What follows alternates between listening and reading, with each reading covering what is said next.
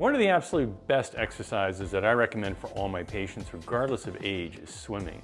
Now, not only is it a great total body workout, working all the major muscle groups, but it's also non-weight bearing. So you don't have all that impact and jarring you have on your joints and ligaments that you would have with other sports. So swimming, of course, is a great exercise and a great sport on its own. But the thing I like about it the most is that it's actually a good complementary exercise to other sports.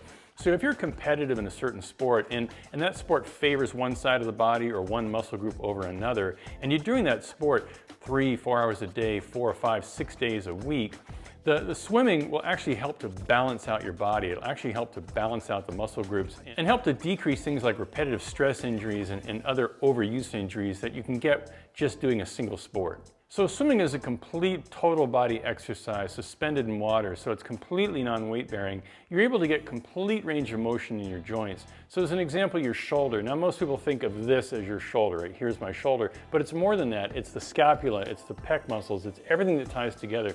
So it's the shoulder complex that's actually moving. And if you're doing front stroke and backstroke, you're taking your shoulder through a complete range of motion in both directions.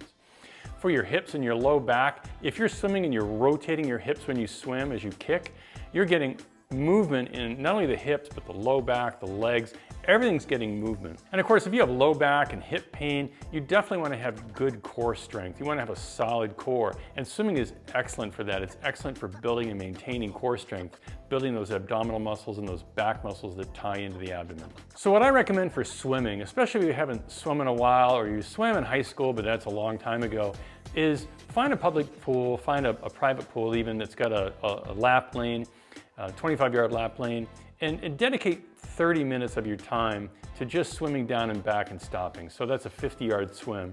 And do that 12 times, so that's maybe 600 yards. That should take you about a half an hour. And even take that and break it up. So maybe 300 yards is front stroke and 300 yards of backstroke, so you're getting range of motion in your shoulder in both directions. And just work on that for a couple of weeks. And then maybe you can graduate up to hundreds and even 200s, and maybe even get into intervals if you really get into it, and then start extending that from 30 to 45 minutes to an hour. Doing an hour swim, 2,000 yards, that's a little over a mile. That's an excellent, excellent swim. And believe me, that's a tremendous workout. And lastly, I recommend this to all my patients that swim.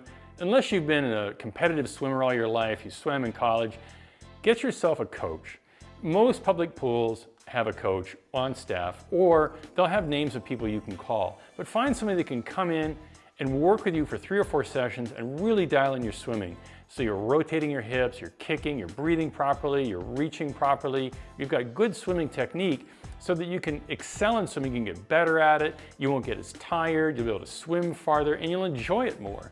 And that's the key. If you enjoy this, you'll want to do it all the time. And if you live somewhere like Southern California, you can really swim year-round. And if you live back east or in some other cold climate, you can swim indoors. So really, it's something you can do year-round. And again, it'll help with other activities and other sports that you're doing.